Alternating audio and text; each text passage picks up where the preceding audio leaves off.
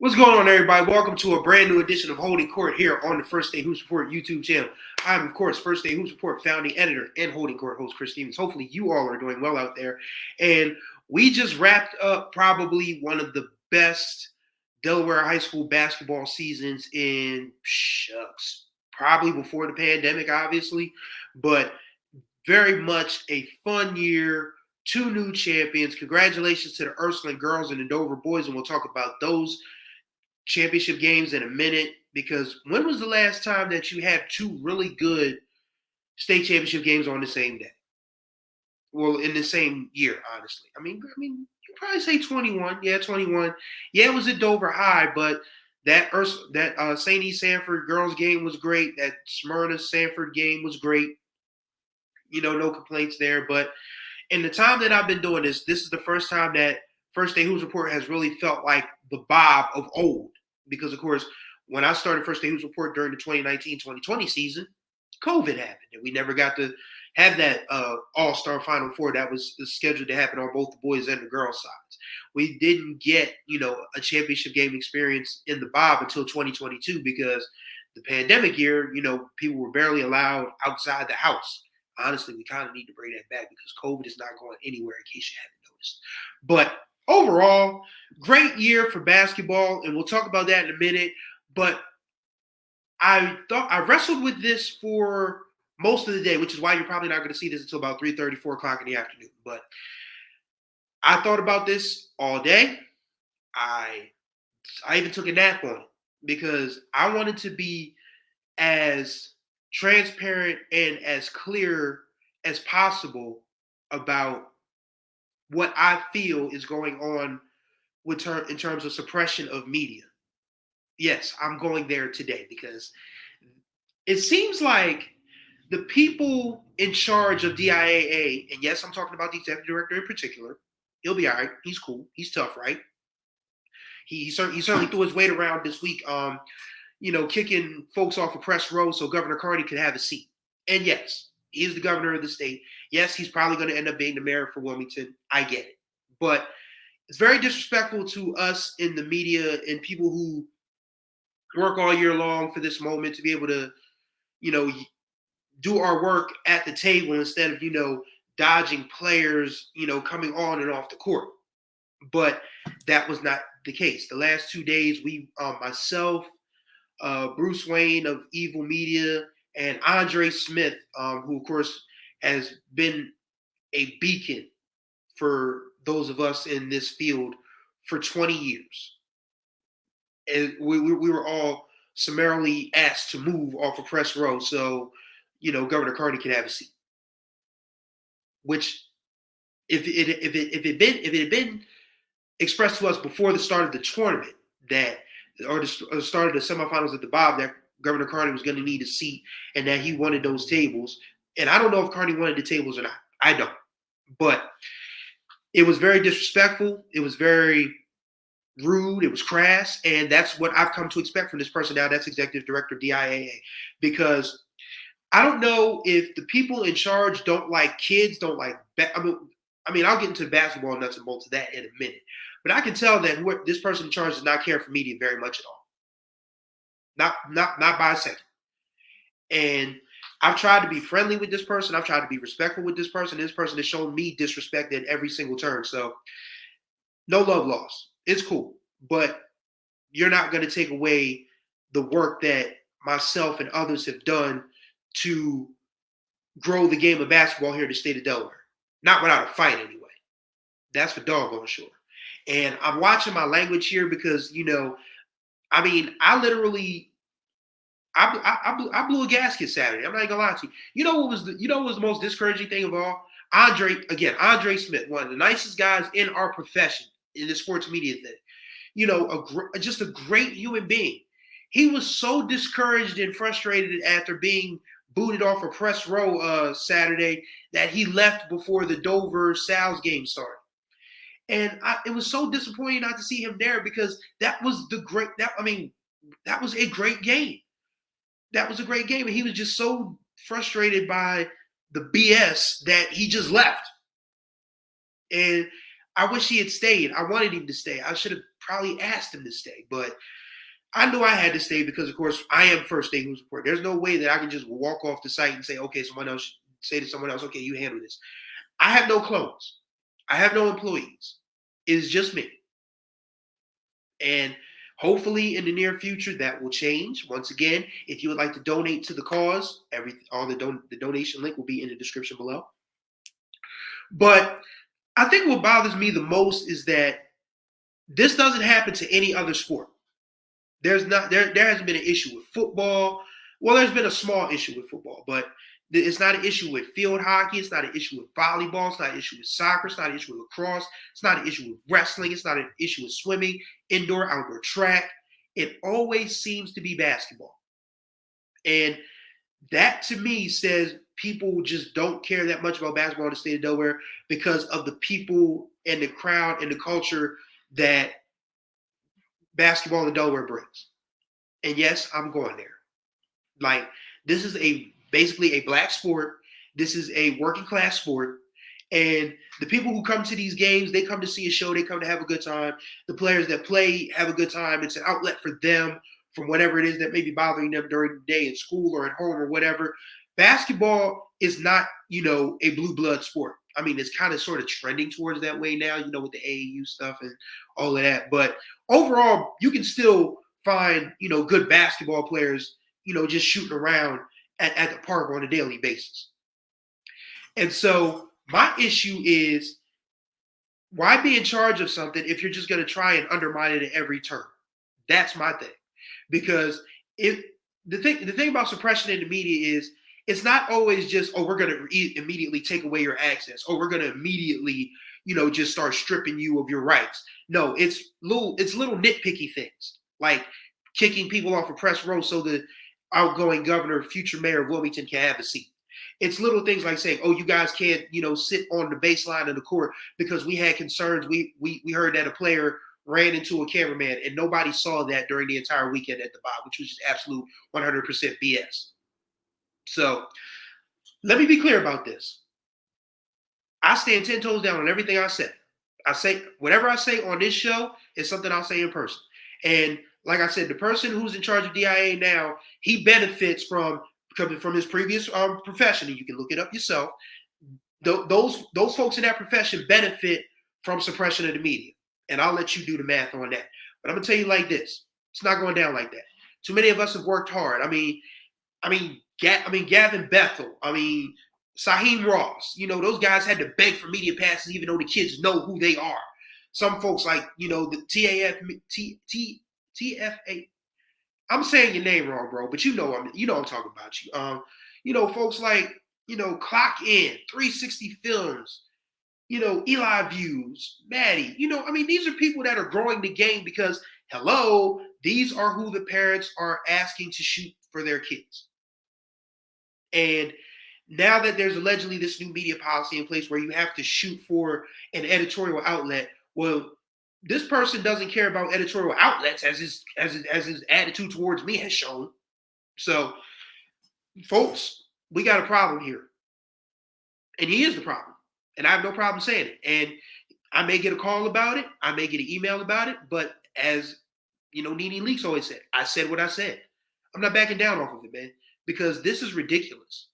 22 years I've been doing this, and I have never had a problem with a board, a legislature, until this gentleman came along. And I use that term very loosely. And that's all I got.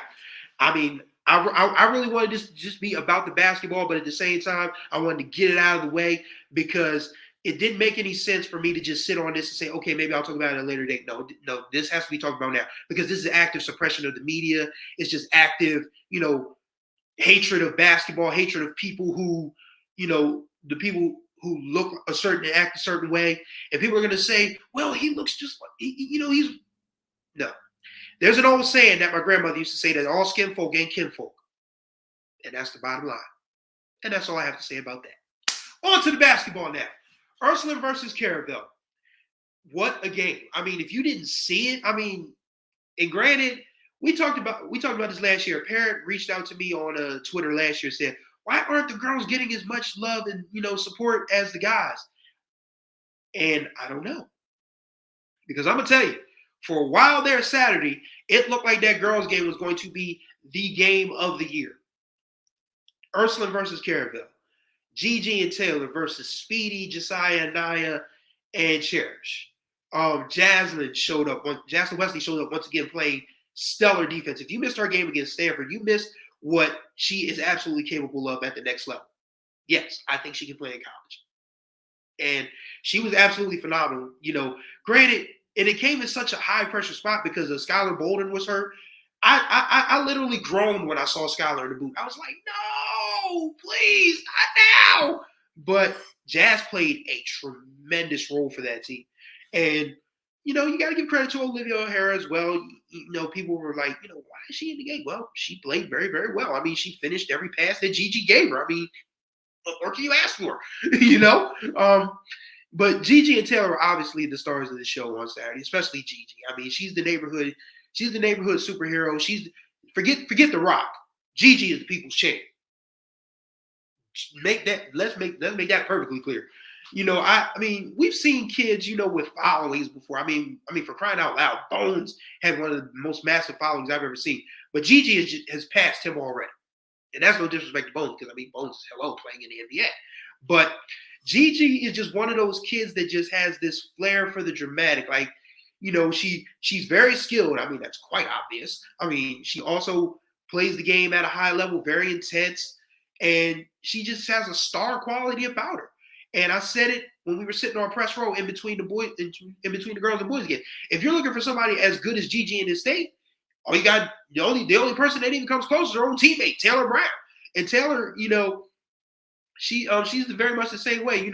She's a little less overstated. I mean, she goes out, does her job, but she has that flair too. I mean, she's just a little more quiet about it, but she's absolutely right there with Gigi. Like, I think the only thing that separates them literally is height. Gigi's 5'10", Taylor's like 5'6". If Taylor gets to Gigi's height, we might have to cancel Christmas. Because that would just be terrorism at a high level. Those two, the same size, guarding everybody 94 feet, seeing over the guards, throwing those no-look passes, making those easy 25-footers. Whew. John Noonan has a dynasty on his hands. I don't want to put that out there, but for now, John Noonan has a dynasty on his hands. Make no mistake about it. And he's won 3 in a row before. There's no conceivable reason that this Ursuline team can't win the next 3 state championships after already winning this one. They're that good. You just need to put the players around it. I mean, Skylar's going to be back next year healthy. Emma Anthony, she'll probably never have a shooting Final Four like she did this season. She'll be back better.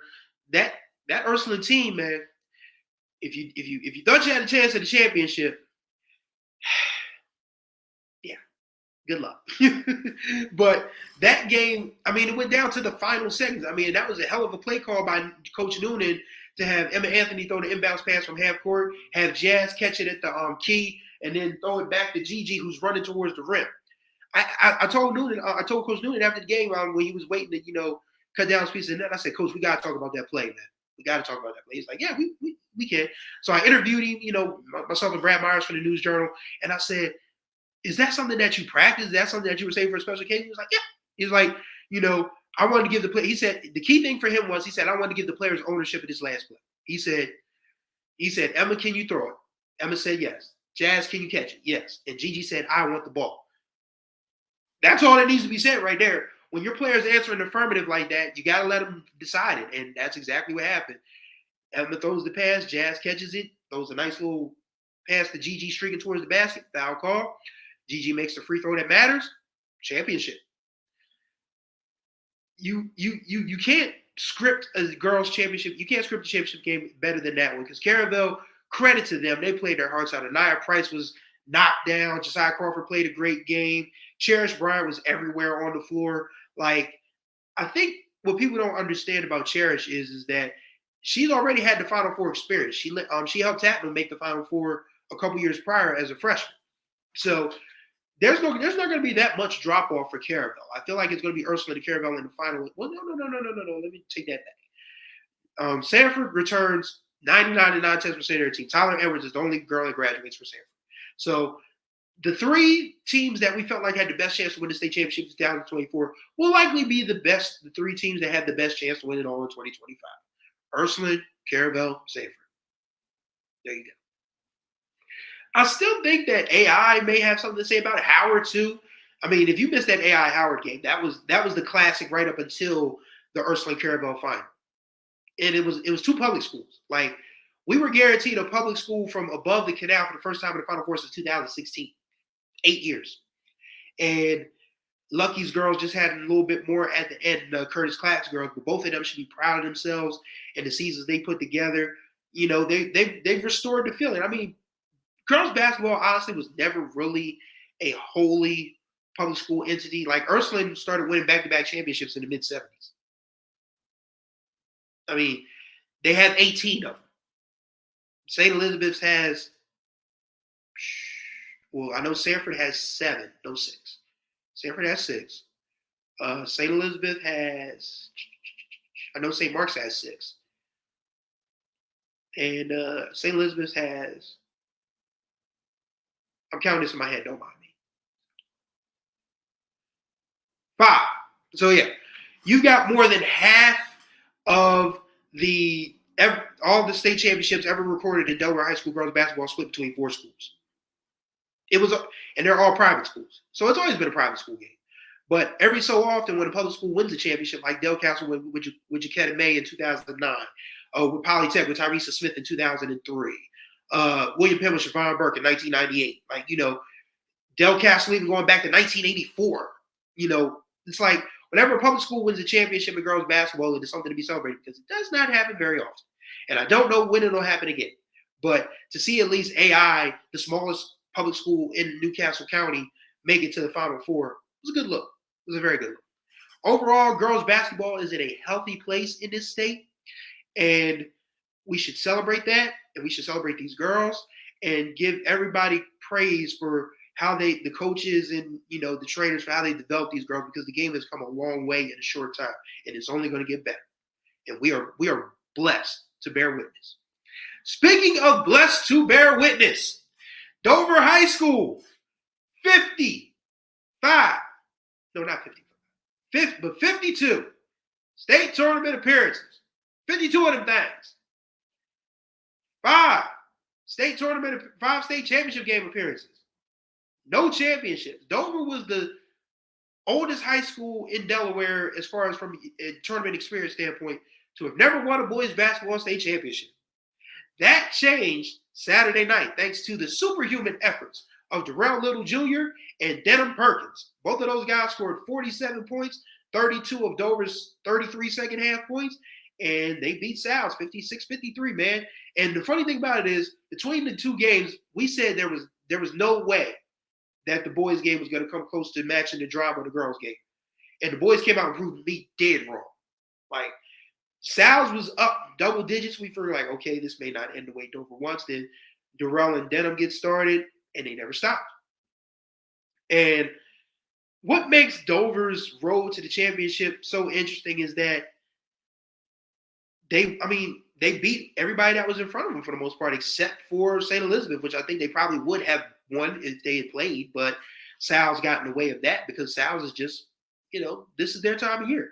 It seems like, you know, they turn the Jets on when it comes to the Bob. I mean, you know, they play a tough schedule, so them finishing 12-8 was just a misnomer. I mean, they're, you know, if they play Delaware teams, they're probably 17-3.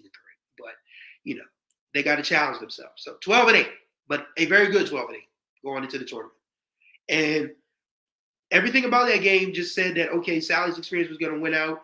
Dover's never been here with this team before, but, you know, when you have a guy like Darrell Little, a 6'4", 6'5" guard who can get his shot whenever he wants, and yes, he started 0 for 8, but the key was he did not stop shooting. He kept going. Let that be a life lesson, people. Shoot your shots at all times. And Darrell just started to get hot, and Denham played a stat sheet stuffer of a game, 16, 8, and 8, and just came through in the clutch. And the thing that I like the most about this, and this is just, you know, me, this has not that much to do with basketball, but just the way with how emotions are regulated when it comes to young black boys and everything. Like, we tell our young black men to toughen up and all of that. But I saw boys crying. I saw grown men crying, for crying out loud. And it was refreshing. Like, men aren't supposed to cry and all this BS, but every once in a while you have to let loose. You have to let your emotions show. And this was his history making. Again, Dover had never won a championship in basketball. Their last football championship was 1988. So in the sports that everyone, flocks to, Dover hasn't had that much success. So, when you have an entire city, because it felt like the entire city of Dover was there, but to see that hard work, all that fruition come to fruition, whatever jinx that was, the capital city jinx, whatever you want to call it, that monkey off of their backs, it was beautiful, man. And credit to Sal's, especially Isaiah Hinton. Isaiah Hinton is hilarious, man. Because we were myself and the Delmarva Sports Network folks were interviewing Denham, and Isaiah's in the background talking about he ain't never been here before. You can tell. And I wish I had kept that in the clip, but I may upload that as like a little bonus beat or whatever. But Isaiah was hilarious. But that was classy of him to stick around and shake hands with everybody from Dover, including Coach Wilson and all of that. And great deal of class and defeat shown by Salesianum. I want to give them props for that too. Also, they were good. They won like champions and they lost like champions. I give them that. But Dover overall, it's Dover. It's the capital city. You figure that a city that size, with that kind of population, where you have people that move, from Wilmington down to Dover to kind of escape city life, as it were. And, you figure at some point they would be good enough to get to a state championship game and win it. And you just thought but you just didn't know when, because they had been there before in the past. They had some good chances, like 2019, they were leading, Sanford in the final minutes. But Jair Davis and Nana Njoku snatched that championship from them. There were times in the past they had made Final Fours and couldn't get over the hump. But seeing them get over the hump was probably one of the more memorable things I've done, not just since the beginning of First State Hoops Report, but in my journalism career, which again is going on since 2002. So very much, excited about the future of basketball here in Delaware, even though some people may not like basketball in Delaware and they're in the positions of power to kind of sort of stifle that, which is clearly what's going on here. But as I said in the beginning, I gave 10 minutes to that, just about. But if I have to give more time to it in another episode, I will. But this episode is really about just how great this season was from start to finish. Like, the first week of the season, I was blessed with a double overtime girls basketball thriller between AI DuPont and St. Mark's. This is when I discovered that Lauren McDonald was the real deal. 37 points, an easy 37 against a tough AI defense. AI, of course, won the game, though, because they had a little more depth. There have been several overtime games this year that I've bared witness to. There have been some last-second finishes. There have been great stories like the AI girls, the McCain boys. We had dozen thousand-point scorers, from Woodbridge to Archmere. Basketball in Delaware is growing. But why people would want to stop it from growing is a mystery to me. But that's where we come in. That's where First State Hoops Report comes in. That's where Gav and Delaware Hoops Report comes in. That's where Sa and Lamar Mason and Check Rock come in. This is where all these people come in who care about not just the basketball aspect of it, but the kids, because the kids benefit from having these different types of exposure and news and publicity and all of that. And we can't let someone who is dedicated to just making everybody's life miserable because he doesn't care about basketball, or he cares more about his personal agenda as, skinning and grinning with Governor Carney, rather than just absolutely just being a head of an athletic, board. But yeah. overall, it's been a great season. I'll probably talk some more about, I may do a midweek holding court where I just talk about the favorite games that I've covered, some of my favorite moments. But I wanted to get that off my chest, and I wanted to talk about the championship games. And I was greatly, we were in us wrestling fans because Vince McMahon hated calling wrestling professional wrestling, started calling it sports entertainment. So us wrestling fans, after pay-per-view, say we were sports entertained. We were absolutely sports entertained by this Final Four this year, boys and girls. Everything about this Final Four on both sides was phenomenal. So props to Middletown boys, props to St. Elizabeth boys, props to Dover and Sal's boys, props to Sanford, AI, Caravel, Ursuline girls. Y'all gave us a show, and we were grateful for every second of it. And every Delaware High School basketball game that we had a chance to see this year over First Stage Report, there were about 50 of them. And there was something from every single one. And again, I can't do this without the support of the parents, the coaches, the ADs, the fans, the people who engage respectfully, of course, because a couple people have gone, above and beyond, and I've had to check them, and I'm not afraid to check anybody anymore. But yes, very much grateful for all your support, for all your feedback, for all your kind words. It was so funny because after Dover beat Middletown, I introduced myself to Darrell Jr. He was like, "Yeah, I watch you every Sunday," and I'm like, "Really? Wow, that's nice." Then that hit me right. But I guess when you do the work, the results will show, and that's what I'm dedicated to. I've had situations where I've had issues with people in the past. I've had issues with different administrations, different things of that nature. But overall, this is about the kids. This is about the game I love, which is basketball. And I'm going to keep doing this until I say I'm done. Not because an executive director wants to make our lives miserable, says I'm done. Not because a parent who feels like I don't give their kid enough love says I'm done. I'm doing it until I'm finished. And we're just getting started. And that's the beauty of it. So thank y'all for watching this edition of Holden Court. Greatly appreciate y'all's time. What a year we've had. This is not the last edition of Holden Court, of course, because we're probably going to be talking about, college basketball, the NBA, and, different things of that nature, because basketball around here is nonstop. So this is just the end of the Delaware High School season, but there's more Holden Court in the future, so don't you go nowhere. Everything you need to get in contact with us, emails, social media pages, websites, and donation links are in the description below. So thank y'all for watching. What a great year we've had. Until the next time we see each other in these gyms, y'all take care of yourselves and each other.